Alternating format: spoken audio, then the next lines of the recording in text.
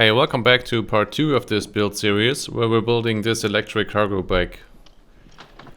Last time we mostly covered building the bike frame, which is more or less finished at this point, so this video will cover everything else, which is actually the bigger part of the work. We're going to build the cable steering mechanism with all of its individual parts, then we'll make and install the kickstand, and then there's also going to be a lot of smaller stuff like finishing touches on the frame and solving the internal wiring. And then of course there will be the final assembly and testing the finished bike. So let's jump right in and start with the cable steering. People often seem confused about how this works, but it's actually really not that complicated. Essentially all this is two cylinders that have steel cables attached to them, and when you rotate one of them, you're either winding up or unwinding the cables on one side of the other cylinder, and thereby transmitting the motion between them, and that's really all there's to it. So the front cylinder is clamped onto the fork steerer, and the other one is part of a special steering shaft we're going to build, which consists of 4 parts in total, and I'm going to explain the details in a bit. But for now, let's just start machining the first part for this, which is the front steering pulley. Of course I'm using aluminum here again, since it just has the best properties for this. It's easy to machine, it's light, it doesn't rust, and it's got sufficient strength and durability for this purpose. After facing this and bringing the diameter into dimension, I'm just using a parting blade to create the grooves, which are slightly deeper and wider than the thickness of the steel cables. So why use cable steering at all, I hear you ask? This solution has a few advantages over a solid steering rod like I used in the last build. The biggest one is that you get a much larger steering radius, because you're not limited by the steering rod blocking the wheel, so you can do much tighter turns with this.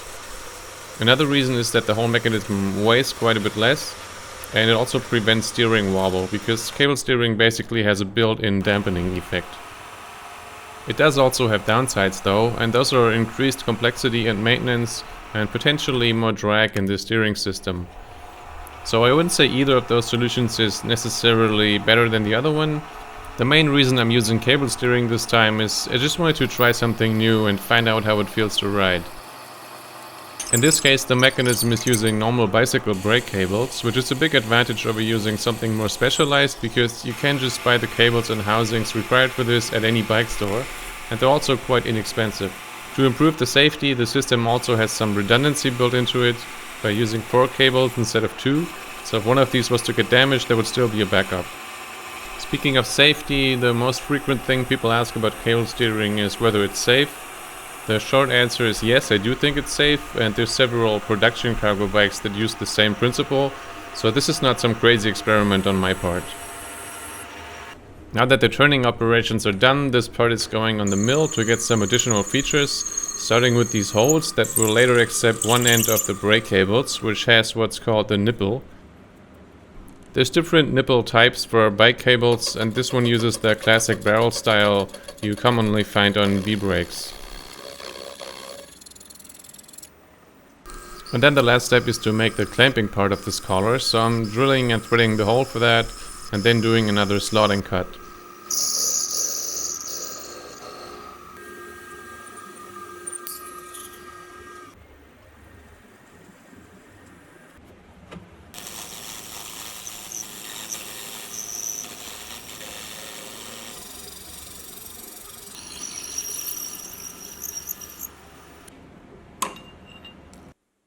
So here's the first steering part finished, and we're gonna continue with its counterpart. But first, a short explanation for how the steering shaft is made up. At the bottom we have the other steering pulley, which is attached to the steering shaft via 4 screws, and the shaft itself has a bottom part that accepts the steering pulley, then it has a center part where it gets thinner, and on top there's a third part which is thicker again to fit with the headset and the stem. The reason for that thin section in the center is that I needed to create some clearance inside the steering tube for all of the cables that are going to be hidden in there. Okay, so let's start making the second steering pulley. This one is actually a bit bigger in diameter than the front one, and this is to change the steering ratio between the two, meaning the front wheel will turn about 20% further in relation to the handlebars. That gives you more snappy handling and makes tight turns easier, but it is a matter of taste. Some people prefer the straight 1:1 ratio, but for a long bike like this, that just feels too sluggish for me personally.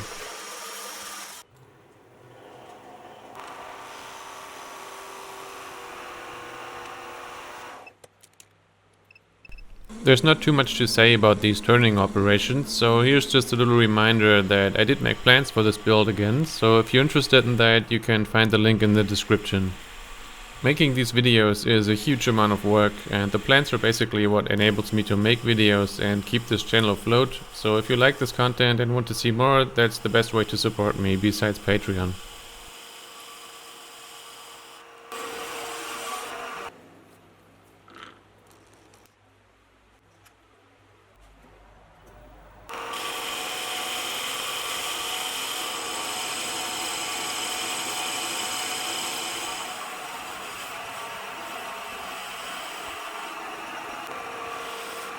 The turning part is done now, and I need to put this in the vise, so I came up with a little creative clamping setup here.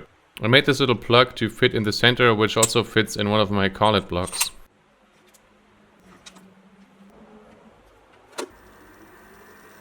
Now I'm milling some flats on there, which will provide the surface that the cables will be clamped against.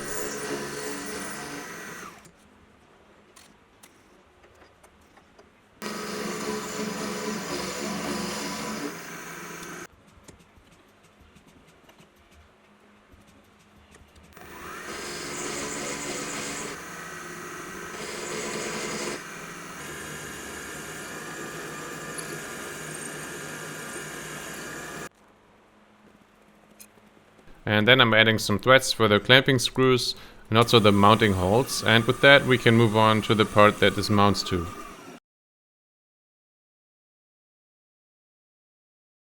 One question I think will pop up here is, why am I making the steering shaft from 3 separate parts in the first place, instead of just using the lathe to turn it from one piece? And the answer is, it's actually much easier than working on one super long part and having to remove a ton of material. And it's also cheaper because I'm creating way less waste.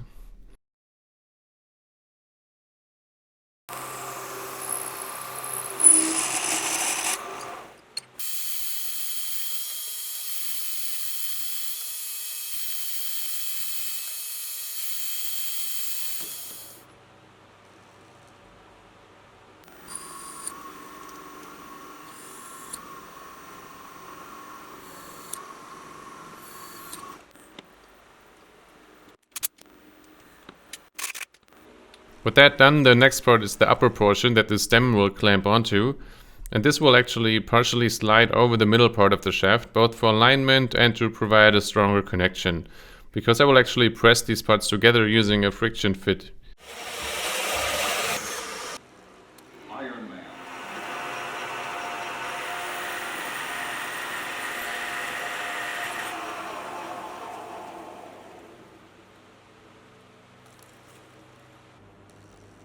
So here we got the finished top and bottom part, which have an ever so slightly smaller inside diameter than the long tube, and these will now be pressed onto the thinner tube that goes in the middle using the hydraulic press. The friction fit should provide enough strength on its own, but I'm also adding a special kind of Loctite to be extra safe. And this is not your normal thread locker. This Loctite formula is specifically made to join metal shafts together, which creates an incredibly strong bond. I also could have welded these parts together, but there's 2 reasons I'm not doing that.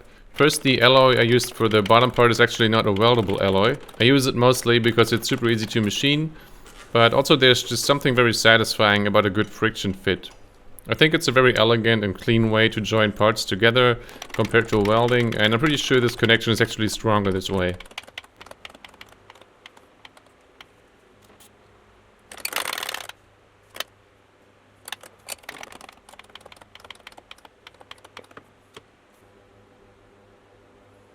So here's the finished shaft, and now I can install the steering pulley onto it.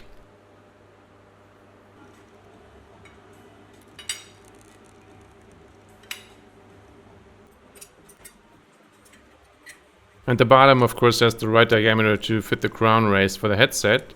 So this part is ready to be installed, and we can move on to another crucial part of the bike, which is the kickstand. I said it in the last bike video too, the importance of a good kickstand for a cargo bike really can't be overstated, because you definitely don't want your bike tipping over when loading or unloading it, so I spent quite a bit of time designing this part. The biggest change to every stand I've built before is that this one is not actuated by a steel coil spring, but by a gas spring. And the main advantage of that is that the gas spring has a much smoother and softer action, So the stand doesn't snap in as fast as it does with the coil spring, and the gas spring also has a dampening effect that should prevent rattling from road vibrations. So I'm going to make the stand itself first and then the mounting brackets, and then we'll install the whole thing to the frame.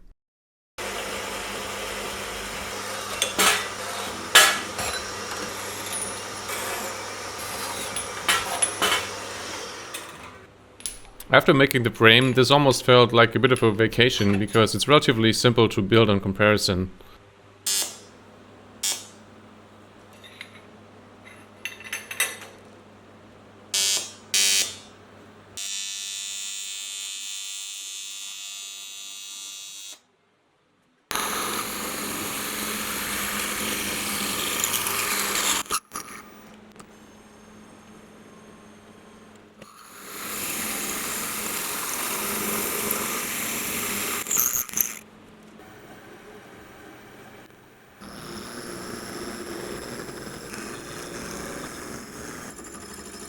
Besides the gas spring, the actual joint for this kickstand will also be a bit more involved this time. These thick tubes for the joints will be fitted with plastic bushings later. Instead of just having the stand rotate around a screw, I'm gonna make some little axles that go inside the bushings, which means the whole joint will have low friction, no play, and it'll be serviceable if any of the moving parts ever start to get worn out. After preparing the two legs with the joints, I found this piece of round bar, which happens to have the perfect diameter to act as an alignment tool to make sure the joints are centered to each other. But I eventually ended up having some slight regrets about using this method, and you're gonna see why in a second.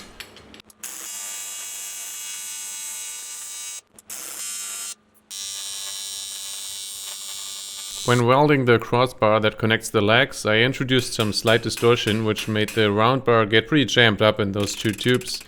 And I spent more time than I'd like to admit trying to get it back out. But after I did, I was eventually able to use the same rod to check and correct the distortion, so it all went fine eventually. Next up is making these attachment brackets that will hold the stand, and this is the kind of thing that would be super easy with some kind of CNC machine, but I don't have one, so I'm gonna have to cut these the old-fashioned way, starting with cutting these coupons. With a bunch of identical plates like these, I usually clamp the parts together if I can, so that I can do a bunch of operations at once. And if you do any metal work, I suggest getting some of these machinist clamps I'm using here. They come in all kinds of different sizes and have quickly turned into my favorite style of clamp for this kind of thing.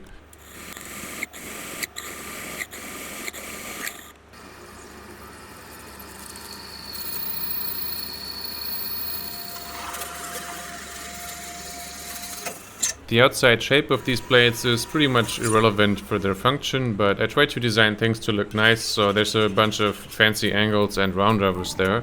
To get the right shape, I decided to just 3D print a little template to draw them on.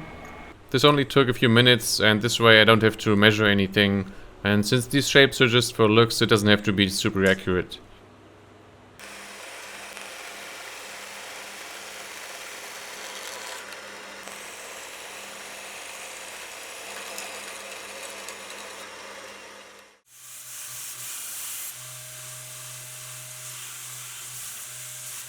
Then I just refined the outside shape on the grinder, and with these parts done, I'm now gonna install them to the stand to use the stand itself to position the whole thing on the bike frame.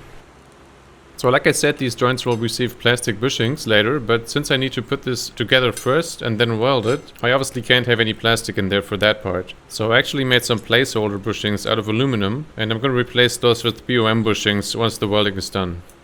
And the same goes for these washers, which will also be replaced with BOM, which means there won't be any metal on metal contact between all the moving parts. Now that this is assembled, I can place it on the frame, but of course everything can still move around, so I'm once again gonna have to come up with some way to align this and hold it in place for tack welding. So I clamped some flat material into these parts to extend them outwards a bit, because this is actually the plane that the kickstand legs are going to rest against in the retracted position. So then I just had to make sure the legs are parallel with the down tube and clamp everything in place before tack welding.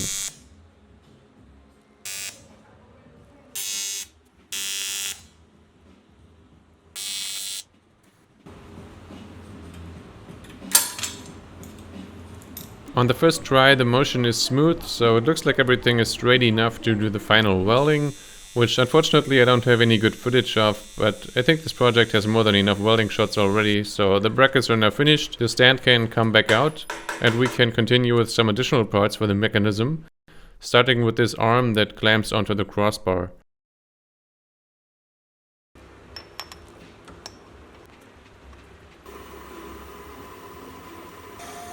The best process for making a shape like this is to create all the vital features first, while the part still has a square shape, which actually makes it relatively simple, and then the last step will be to create the angles and roundovers, which are mostly cosmetic.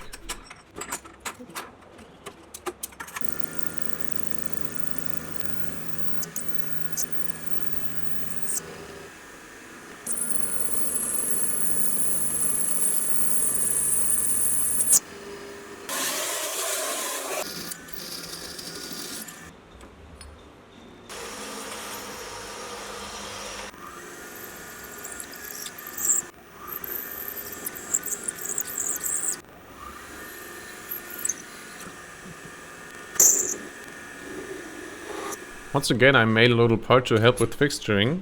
It just goes in this hole and allows me to easily clamp and center this part on the rotary table, so I can machine the roundover in the back.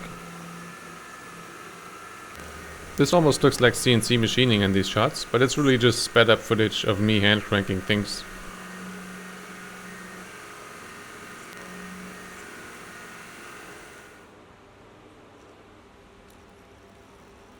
To machine the angles, I just drew them on with the marker, and then I can just line this up with the top of the vise and then machine it flat.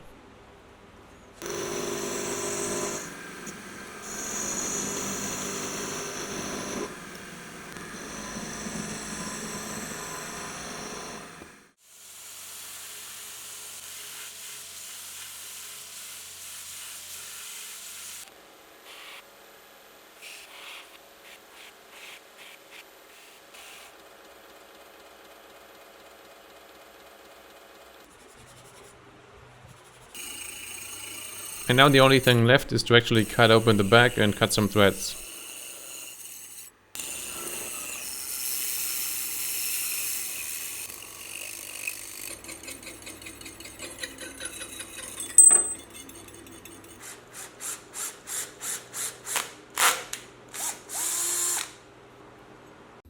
Somehow I forgot to film the finished part, so I'll make an exception here and give you some phone footage. I was actually really happy with how this part came out. It does look way too elaborate for what it is, but there's just something satisfying about it. Next I'll make the smaller bracket, which the other end of the gas spring will connect to, and this one is quite simple, so not much to say about it. Except that I did eventually redesign this part, and I made a slightly longer version of it, because that turned out to make the stand fold in a bit better, so if you see the part changing at some point in the video, that's why. And that's also a good example again for why I designed these parts to be screwed on rather than welded, so I can make modifications if I have to.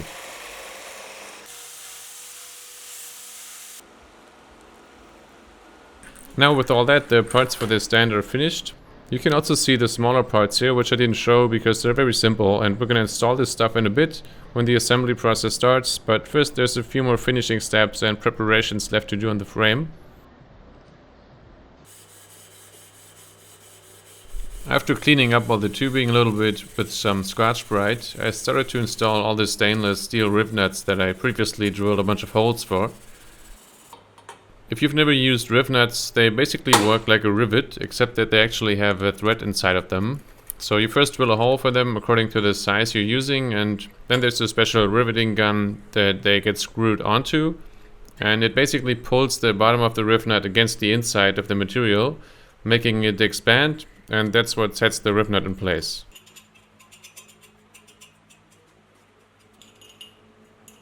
It's also possible to remove these by drilling them out, so they're a great way to easily attach stuff to thin tubing.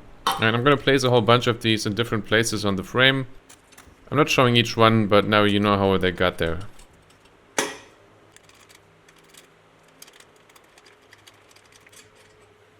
Next I'm going to prepare something for the motor to be mounted. Like I said in the first vid, I designed this whole frame around fitting one of these Bafang mid-drives. And since I want to route the cables from this internally, I still need to create a hole where they can pass into the frame from the bottom of the motor. I didn't drill this one before welding because I kind of have to estimate the position for that by eye, which is why I'm doing a test installation here to figure that out. So this position looks about right. I'm also not sure about how big this actually needs to be, so I used the step drill to slowly work my way up in 2mm increments, because I don't want to drill this hole any bigger than it needs to be in order to not compromise the strength of the tubing.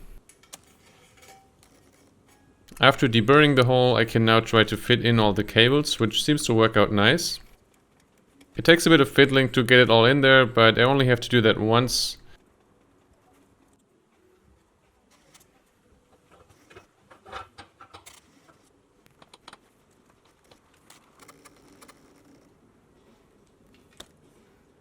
So now that I know it works, I decided to add a bit of extra protection where the cables go into the tube by putting this extra thick shrink tube on them.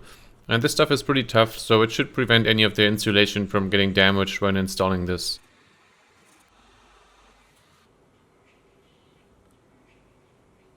Some of the other finishing steps include cutting the final seats for the headset cups using a headset reaming tool. And then there's also a little bit of painting, but I'm only painting a few parts of the frame in the back, partly because I think that way the black motor and battery won't stand out as much, but also because I can't be bothered to strip any further paint off the remaining donor frame parts, because that already was a huge pain for the C-tube and top tube. So I'm using primer and then matte black paint for the bare aluminum parts, and of course I plugged and masked all the important holes before painting. As I said before, I do consider this thing to be a bit of a prototype, so that's why this paint job might seem a bit half-assed considering the scope of the rest of this project. And there is a very good chance I'll take this bike apart at some point to give it a proper paint job, but for now this will do. For the seat stays and chain stays, I first need to press out the bearings that are still installed, which will be replaced later with new ones. And then I just sanded the surface of the powder coating that's already on there, because it's actually not bad as a primer, and like I said, stripping this off is a nightmare, so I'm just gonna paint over that. And now we can actually start to assemble the bike, which is quite a big task in this case, so let's start with the kickstand. First, the plastic bushings are being installed into the stand here. I'm also adding some grease, and then the joint also gets a plastic washer on each side. Now the axle can be inserted. And then that gets secured with a screw from both sides. And there's one important thing to note here. The axle is actually a tiny bit wider than the space between the two brackets. And that's because I don't want these screws to actually press the brackets together, which would cause the entire joint to bind. They're pretty much just there to keep the axle in place, so a small bit of play here is intentional. Here's another part made from POM, and this is the stop for the stand that determines the angle at which it locks in place. And this part has a small cutout in it with the same diameter as the kickstand leg, so that nicely fits in there, and that spreads out the pressure to prevent the tube from getting dented. And since it's a plastic part, it also has a bit of a cushioning effect so that the aluminum doesn't rest against another piece of metal.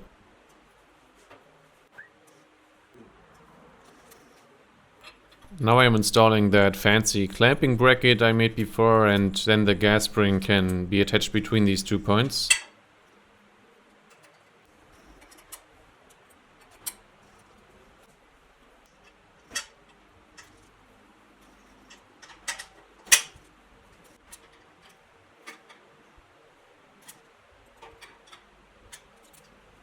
After playing around a bit with the clamp position, it looks like it's working quite well. I'm going to give you a better demonstration of this mechanism when the rest of the bike is finished, but for now let's continue assembling. Next up, I'll put the rear end back together. So I bought a complete bearing set for all the suspension parts, which is getting installed here. A few words on the suspension. I didn't choose to include this feature because I want to take this bike on any mountain bike trails, which it would not be suited for many reasons. It's mostly just a comfort feature to mitigate the crappy bike paths and potholes and cobblestone you encounter here.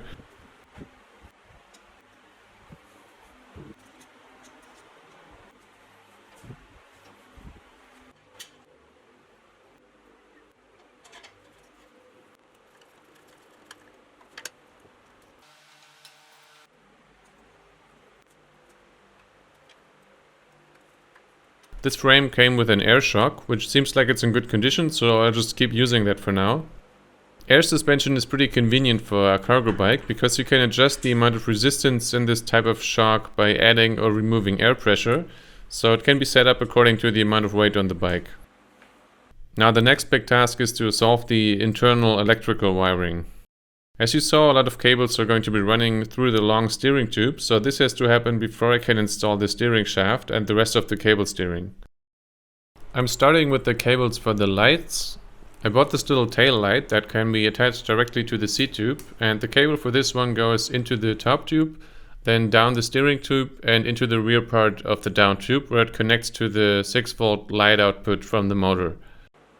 I already drilled the hole for the cable here and installed a rubber grommet, and routing cables through a frame can be very time consuming and finicky, but there's a few tricks that make it a little bit easier, and my preferred one is using a brake cable as a guide. The brake cable is a lot stiffer than an electrical cable, and by twisting and turning it you can usually make it find its way through the inside holes with some patience. Here it's coming into the steering tube now, allowing me to fish it out through the top. And now I basically have a guide wire in there. So I can attach the actual electrical cable to one side and then very carefully pull it through.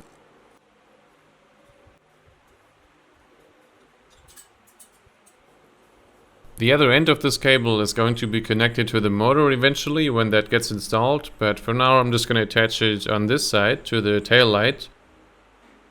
And for that I crimped some little connectors to the cable and also added some shrink tube for weather protection. Next up are the cables for the headlight, which is a little bit more complicated. I'm going to use this light, and I picked this model because it has a pretty cool feature. It comes with this button that goes on the handlebars, and besides turning the light on and off, it also activates the high beam feature. So you can switch on an extra bright light that shines a lot further, but just like in a car, this can blind oncoming traffic, so you have the button to turn it on when you actually need it.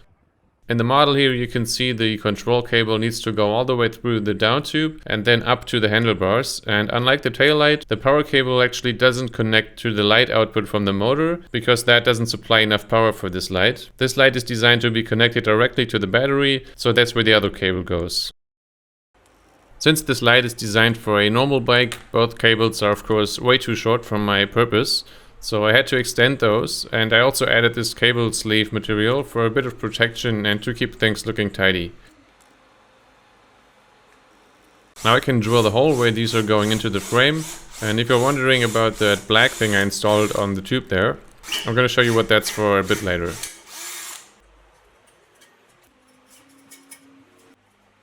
Now I'm using the same trick with the brake cable that I used for the tail light, so I can fish the cables out of the bottom of the down tube and then push the rest of it in. And I'll just leave this hanging here for now. Now I'm pulling out the power cable where it's going to connect to the battery, and then on top here we've got the cable for the button, which I also fitted with a little connector. With all the light cables prepared, we can deal with the main power cable now that connects the battery to the motor. By default, the motor has these two round connectors that you can connect to various adapters, but I don't want to have too many pointless connectors in the system because each one is a potential failure point. So I decided to cut these off and add an XT60 connector directly to the motor, and then I also made a matching cable to go between the motor and the battery. This here is the cable that sits inside the battery base where the battery plugs in, and that black box is an automotive fuse, which this battery came with for extra safety. That's a pretty good feature to have, because if the current ever becomes too high for some reason and the other protection systems fail, that fuse is going to blow and cut the power between the battery and the motor. So just now I added a matching connector to the cable that comes from the battery base, as well as these two extra connectors for the headlight. So now the power connect cable can go in. This is a bit easier to install because it only has to go a short way from the battery tube to the down tube.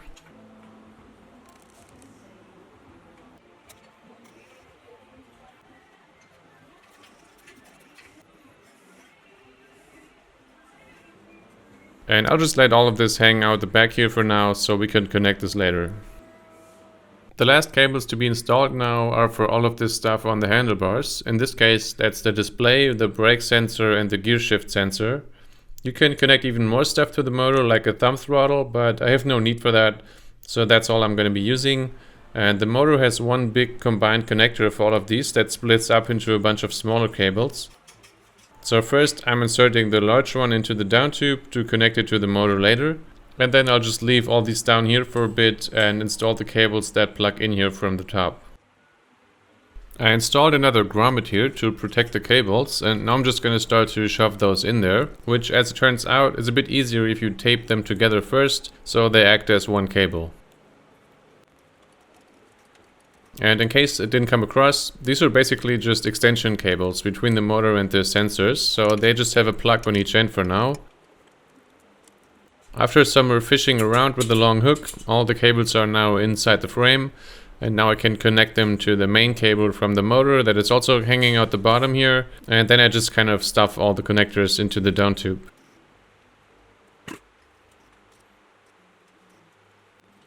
So I know what you're thinking. With all these cables in the steering tube, there's no way I'm still going to be able to install the steering shaft. And I won't lie, I had some doubts about that too, but I did measure everything out carefully before, and to my surprise, it actually wasn't that difficult to fit the shaft in there, and it doesn't look like it's binding or rubbing against anything too much. Thanks to the shaft being thinner in the middle, there's actually quite a bit of room for the cables to move out of the way, so they are more or less loose in there and should only be lightly touching the shaft. But I still figured it wouldn't be a bad idea to lightly grease the entire steering shaft to keep any friction in there to a minimum.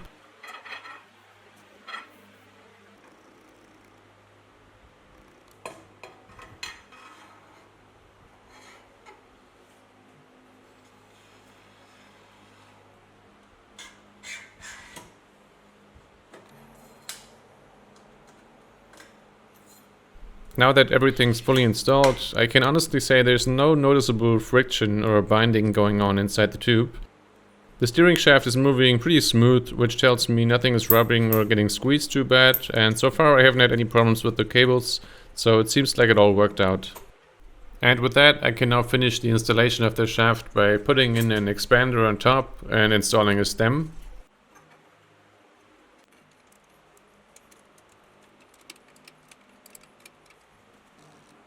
Now that all the cables are prepared, we can also finally install the battery base. The base comes with these rubber spacers, which I thought are optional at first, but I found out they really do help to make the base sit on the tube a lot more secure. So you definitely want to use these, but they also create a gap between the base and the tube in the back. So I dealt with that by 3D printing this little collar, which both bridges the gap and also acts as edge protection for the cables at the same time. Now I can connect everything and once again stuff the cables into the tube and screw around the base.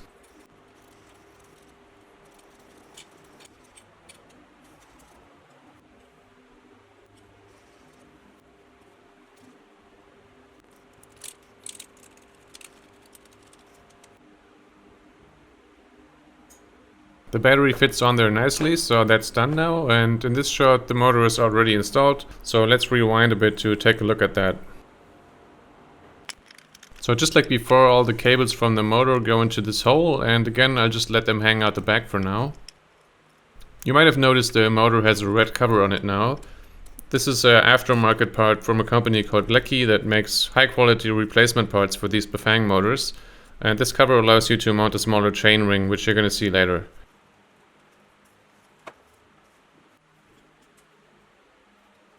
Now the last few cables can finally be connected. First the tail light, then the main power cable, and last but not least the main controller cable. And with everything connected, it now gets shoved into the tube once more. And now you also know why the frame has this particular shape with the open tube in the back. It's mostly to allow access for all this wiring business. There's one little connector left now, which is for the speed sensor, which will be installed to one of the chainstays a bit later. So we're gonna leave this one hanging there for now and actually finish installing the motor by putting on this torque bracket on the other side and then the two main lock nuts. Now I can also install this fancy CNC machined custom chainring, which is also from Lecky. I'll admit the Lecky parts are not cheap, but I can tell you firsthand the quality on those is top notch and I think they're well worth the money. So while I was at it, I also splurged on these custom crank arms, which not only look great, but they also correct the weird Q factor issue that the normal Bafang cranks have. Because with those, one pedal is closer to the center than the other one. Now we can finally move on to the part I assume a lot of you have been waiting for, and that is installing the cable steering. So first the front cable pulley goes onto the fork. There's actually a whole problem solving story I haven't shown you yet that has to do with this fork, but once again I couldn't include that here due to time constraints, but I will be going over it in another video. And some of you can probably guess what it's about already, but for now let's just move on. So as I mentioned, the steering mechanism uses normal brake cables, but I figured it's probably not a bad idea to use decent quality ones, so I got these nice sets of Jaguar cables, which also come with very sturdy compressionless housings. First step is to insert the 4 cables into the front steering pulley. They just drop into these holes that are sized accordingly, and then later they will each get routed into their own little channel.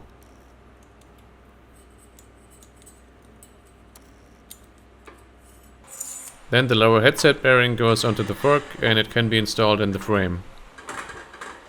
The clamp on top is just a 1/1/8 inch C-tube clamp, and inside the steerer I installed an expander again, so this works just like installing a normal headset, except that a clamp is used instead of a stem. Now I can also show you what that little black part on the down tube was that you saw before. It's just a little stop I made from POM, and it screws in there and limits the rotation of the fork to keep it from either spinning all the way around or hitting the frame. And since it's made from plastic, it shouldn't damage the fork either.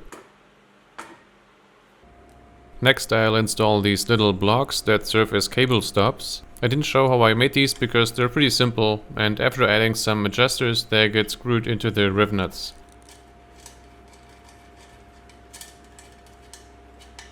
One important thing to note here is that the cables each get wrapped around the pulley 180 degrees and then go into the cable stop on the opposite side. And this makes sure that even with the wheel fully turned, you always have over 90 degrees of engagement of the cable inside its channel. This reduces the force pulling on the very end of the cable, and it also makes sure the cable is less likely to slip out of its channel.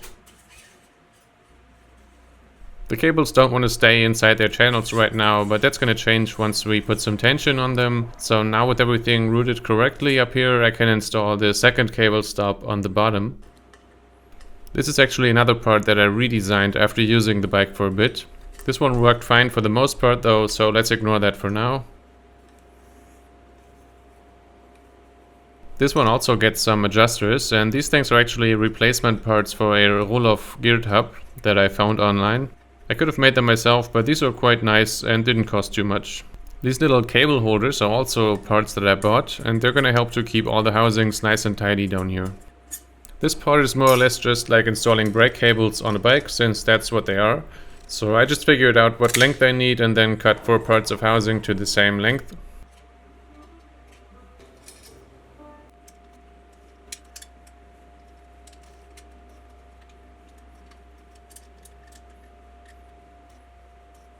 Of course everything gets caps to keep the dirt out, and then they connect to the front cable stops.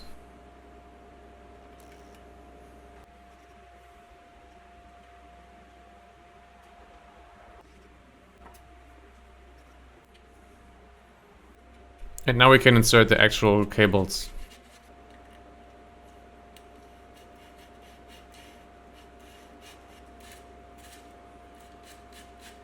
These are going to be secured using these screws that I modified slightly to create more clearance for the cables, and I'm also putting Loctite on these screws to make sure they don't loosen by themselves.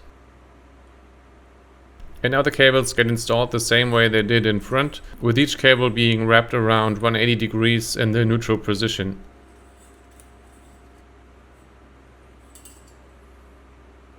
Of course the cables are too loose now and need to be tensioned, and the idea with the adjusters is that the bottom ones are mostly to put some base tension on the cables after installation, since they offer a pretty big range of adjustment, and then the easier to reach adjusters on top can be used for fine adjustment. You do want to cut the ends on these quite short and ideally tie them together somehow so they don't get jammed up in the mechanism.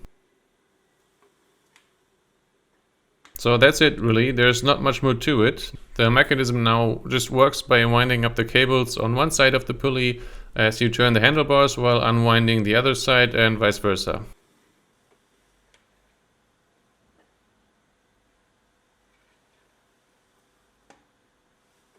And contrary to what people often assume, you don't actually need some crazy tension on these cables for this to work properly. If you increase the tension too much, it creates a lot of drag inside the housings, which actually makes the steering feel much worse. And even without a huge amount of tension, there's not really a lot of slack or noticeable play in the mechanism. How much tension is used is also a matter of personal preference to some extent, but you also really don't need these to be tight like a guitar string, and you actually might be surprised how well the steering works with only moderate tension. Now with the steering all assembled, pretty much all the major steps are done, so the only thing left is just the normal parts of assembling a bike.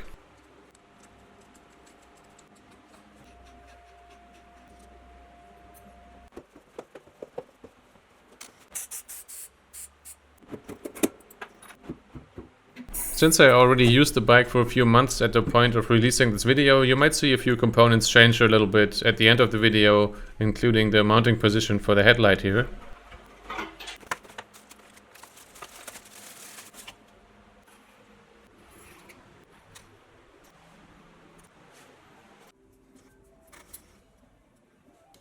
Now that we have a back wheel in the frame, I can finally finish up the motor installation, because we're still missing the speed sensor, which goes onto the chainstay and measures how fast the bike is going by sending a signal each time this little magnet on the spoke comes around. With this installed and the last cable connected, I can now also close the end of the down tube. So I machined this plug out of POM once again, and it has a little slot on top for the speed sensor cable to fit through. It also has a pretty snug fit, so it doesn't fall out, which is why I have to hammer it in. And fortunately I was smart enough to cut a thread into it first, so the screw is just there to give me something to grab onto if I have to pull this out again. Installing hydraulic brakes is a little bit more time consuming on a cargo bike, because it almost always means you have to switch at least one of the original brake lines with an extra long one and fill them with oil.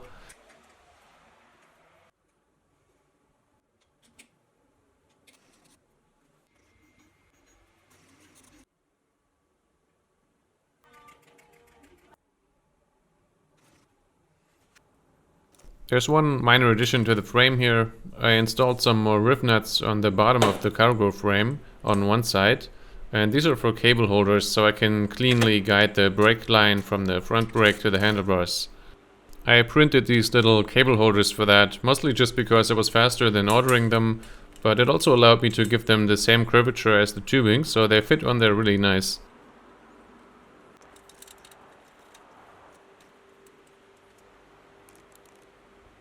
And then I also spent quite a bit of time tidying up all the cables on the cockpit, since on e-bikes you always end up with a ton of cables and housings there, which can look very messy if you don't take care of it.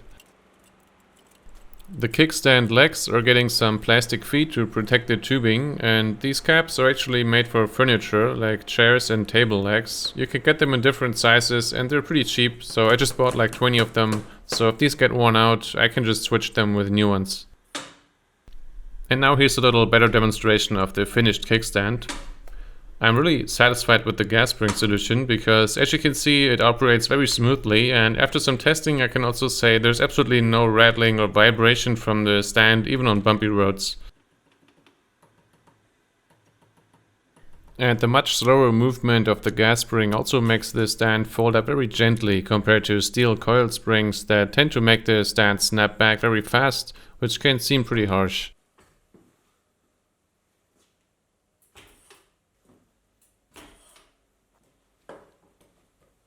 And then let's also take a look at the completed steering system. After having used this bike for a few months, I can say I'm pretty happy with this.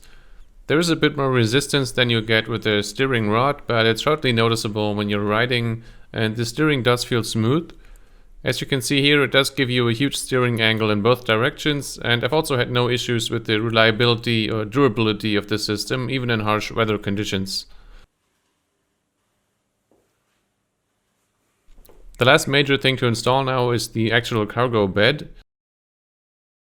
I also made these boards myself, and even though they look like a classic CNC part, all of those slots were actually manually cut in a pretty painstaking process, which I was going to show you in this video, but once again, there just isn't enough time, so that's another thing I will probably include in a follow-up video.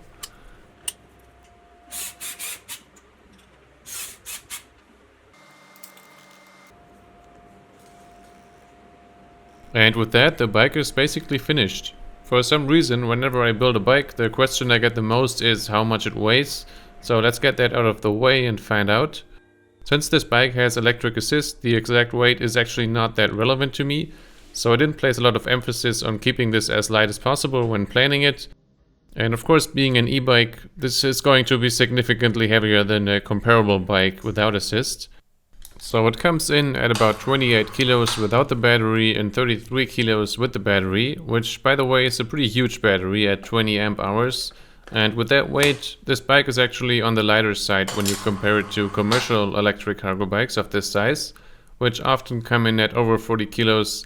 And you also have to consider this has full suspension, which adds quite a bit of weight. So for what this is, that's actually pretty decent. Of course, I prepared a little ending montage as always to show off the result of all this work, and I'm also going to say a few more words in a second, but now let's check out the finished bike.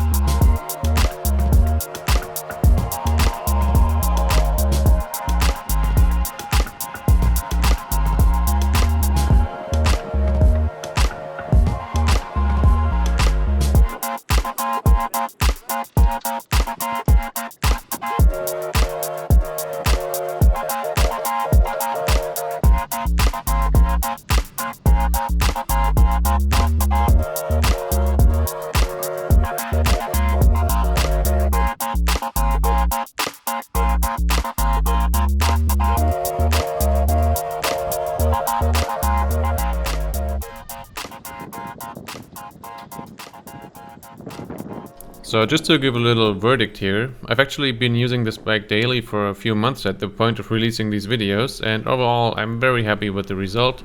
So far I haven't had any major technical problems, which is surprising even to me.